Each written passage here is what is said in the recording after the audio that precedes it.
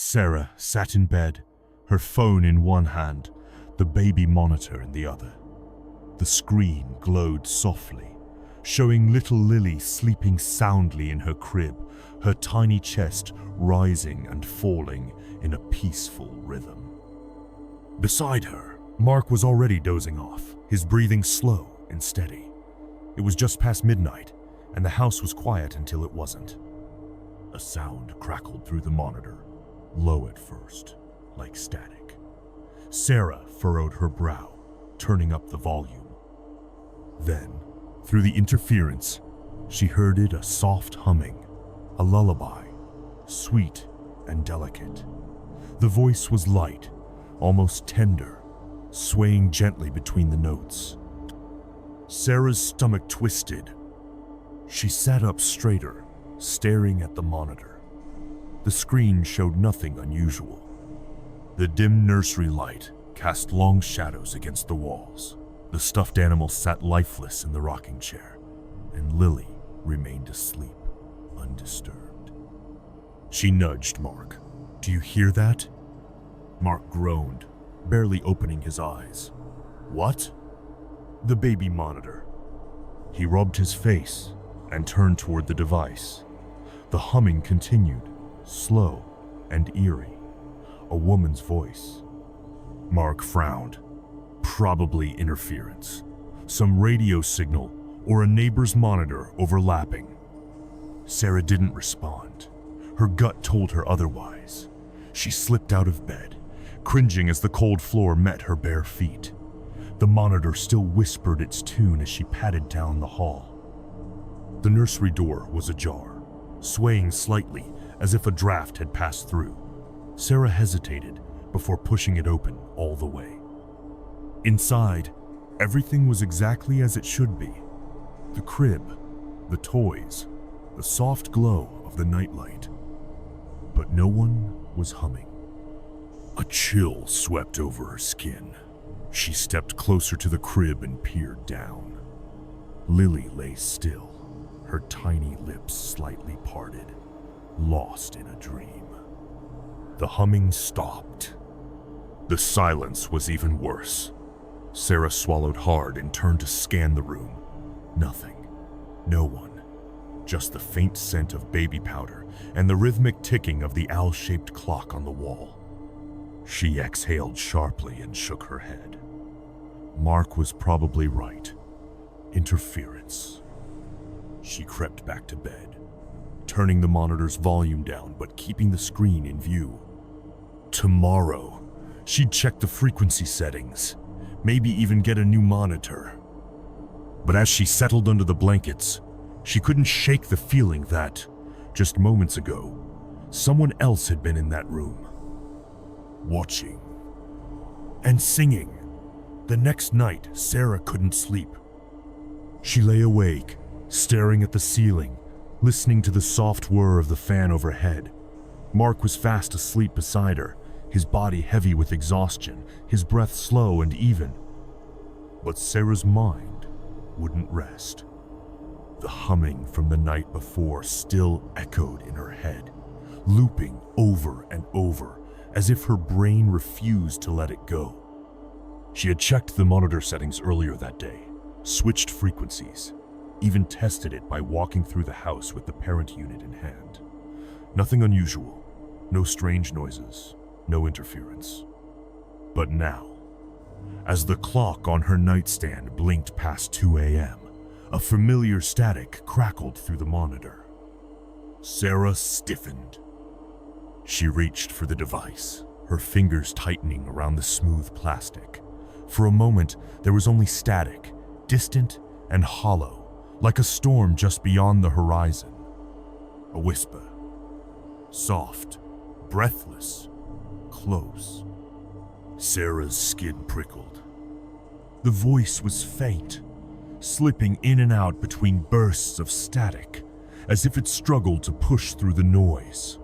She strained to hear, her pulse drumming in her ears. Then the words came, slow and deliberate, each syllable laced with something cold. "She looks just like my baby." The voice was female, distant but clear, filled with something Sarah couldn't quite place: longing, sadness, something deeper, something worse. Her breath caught in her throat. She threw off the blankets and bolted upright, her heartbeat pounding against her ribs. The screen on the monitor showed the nursery, bathed in the dim glow of the nightlight. The crib, the rocking chair, the stuffed animals lined neatly on the shelves. But Lily was gone. The blankets in the crib were rumpled, the tiny space where her body had been now empty. Sarah's stomach dropped. A rush of ice filled her veins, numbing her limbs as she scrambled out of bed. She didn't call for Mark. She didn't stop to think. She ran. The hallway stretched long before her, darker than she remembered, the shadows deeper, the silence heavier. The nursery door was wide open now, swinging slightly as if someone had just passed through. Inside, the air was cold, and the baby monitor, still clutched in her shaking hands, whispered a sound so soft, so quiet, it almost didn't exist. A lullaby, sung by someone who wasn't there. Sarah's hands shook as she flicked on the nursery light. The room was empty. The rocking chair sat still in the corner, its floral cushion undisturbed.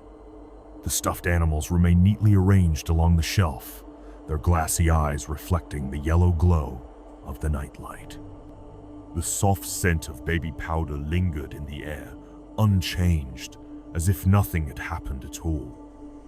But the Criblily's crib was empty. Sarah stumbled forward, gripping the edge of the wooden railing, her breath coming in short, shallow gasps. The baby blanket was crumpled at the center, still warm when she touched it, but Lily was gone. The baby monitor crackled in her hand, a faint distortion, the whisper of static curling through the speaker. Sarah barely noticed it, her pulse hammering against her skull. Her eyes darted across the room, scanning every shadow, every corner, every inch of empty space where her daughter should have been. Lily, her voice barely broke the silence. No response. Sarah spun toward the closet, her bare feet thudding against the floorboards. She threw open the door, pushing aside tiny dresses and pastel onesies, her fingers fumbling through the soft fabric. Nothing. The humming had stopped now. The only sound was the electric buzz of the baby monitor, a hollow, empty noise that filled the room like a whisper of something unseen. A creak. Sarah's breath hitched. It came from behind her, slow, gentle, like weight settling into fabric. The rocking chair. Her stomach clenched as she turned, her pulse a cold tremor beneath her skin. The chair swayed slightly, back and forth, moving just enough for the old wooden legs to groan against the floor. Sarah's chest tightened. She was still gripping the baby monitor, the plastic digging into her palm.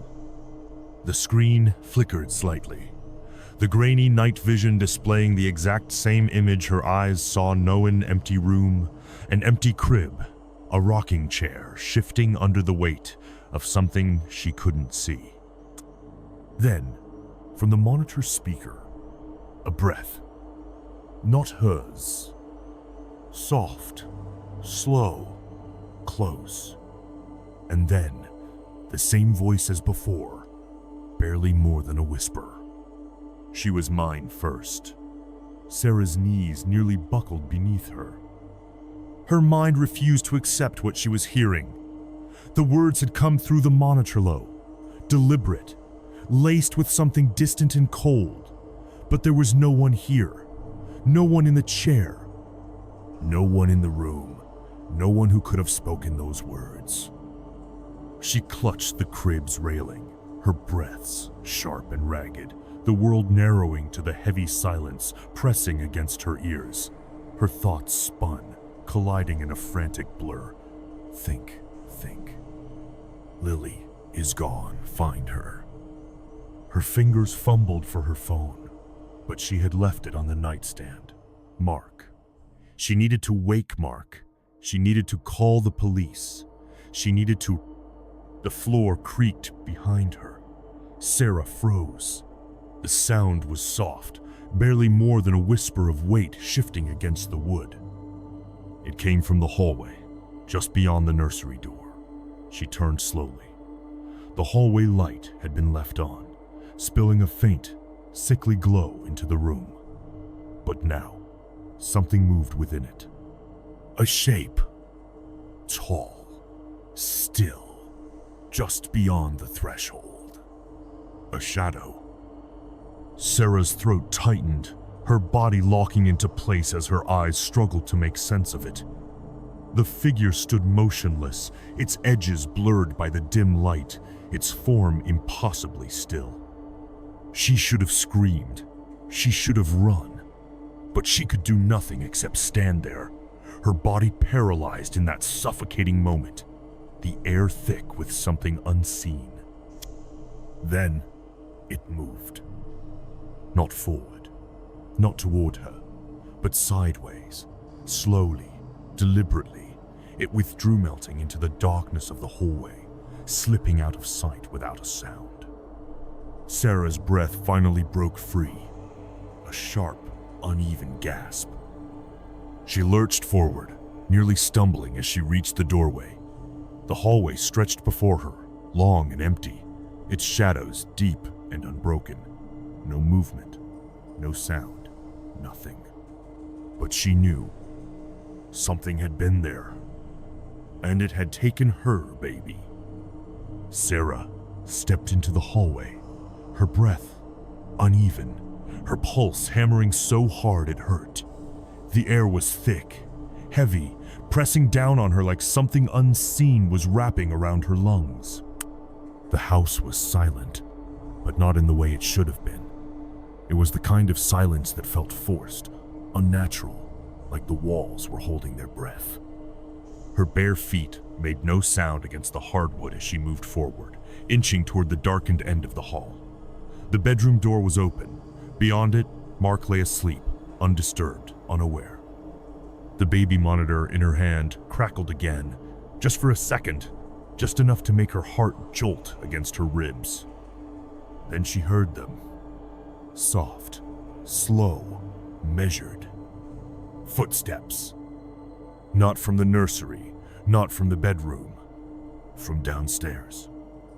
Sarah's body went rigid, a cold, numbing dread spreading through her limbs. The stairs were just a few feet away, the darkness at the bottom stretching wide and open like a mouth. The footsteps were steady, deliberate, the sound of bare skin meeting wood. She swallowed, straining to listen, her entire body locked in place. The footsteps didn't rush, didn't falter. They moved with purpose, with certainty, pacing somewhere in the living room below. Then they stopped. A breath of silence, a soft creak, like weight settling into fabric. Sarah's stomach clenched. The couch. Something was sitting on the couch. Her grip tightened around the baby monitor. The screen's grainy glow still displayed the empty nursery, the abandoned crib, the motionless rocking chair. But there was no sign of Lily. Sarah forced herself to move, one step, then another. The edge of the staircase loomed before her, the yawning darkness stretching below, swallowing everything beyond the faint glow of the kitchen nightlight. She reached for the banister, her fingers cold, her pulse thundering in her ears. Then the baby monitor crackled again. Static. And underneath it, so faint it barely existed, Lily. A tiny, contented sigh, a baby's soft, sleepy breath. Coming from downstairs, Sarah's grip on the banister tightened, her knuckles white, her breath caught in her throat. Lily was down there.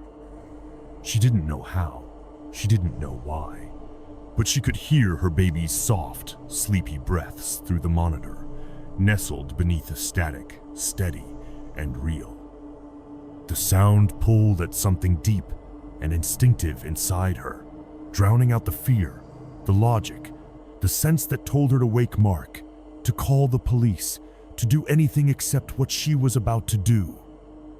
She stepped forward. The first stair groaned beneath her weight, the noise slicing through the silence like a blade. She held her breath, waiting, listening.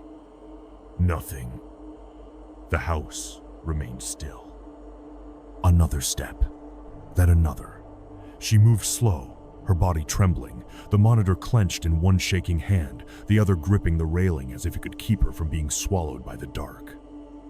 The living room stretched out below, the furniture bathed in the faint yellow glow of the kitchen nightlight. And then she saw her. A woman, sitting on the couch. Her back was to Sarah, her body slightly hunched, her hands cradling something against her chest. Something small, something wrapped in a pale pink blanket. Lily.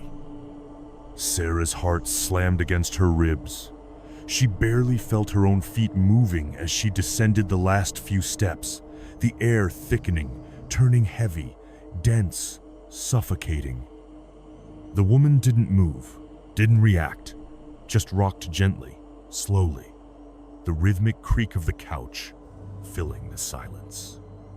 Sarah opened her mouth, but no sound came out. Then, the woman spoke. Soft, loving. Shh, you'll wake her. Sarah's body locked up, her breath stopping cold. The woman turned her head slightly, just enough for Sarah to see the edge of her face. Her skin was sallow, stretched too tight over her cheekbones, her hair long and dark, strands hanging limp over her shoulder. And her hand-pale, thin fingers curled protectively around the bundle was not a mother's hand. It was withered, sunken, skin clinging to bone. Lily made a tiny noise, shifting in the woman's grasp. Sarah's paralysis shattered. She lunged forward. The woman's grip tightened, her head snapping towards Sarah, her eyes black, hollow, endless locking onto her. Sarah screamed, ripping Lily from her arms, her hands closing around the warmth of her daughter's small, fragile body. The woman did not resist. She only watched. Sarah clutched Lily close, stumbling backward, her pulse a wild, erratic drumbeat. Lily stirred, whimpering softly, but she was real, warm, safe. Sarah turned, bolted up the stairs, taking them two at a time, her muscles burning, her breath ragged. She tore into the bedroom, slamming the door, locking it, pressing her back against it as she gasped for air. Mark jolted awake. Sarah, his voice was thick with sleep, confusion turning to alarm as he saw her standing there, trembling, clutching Lily to her chest. Sarah couldn't speak. From the baby Mo,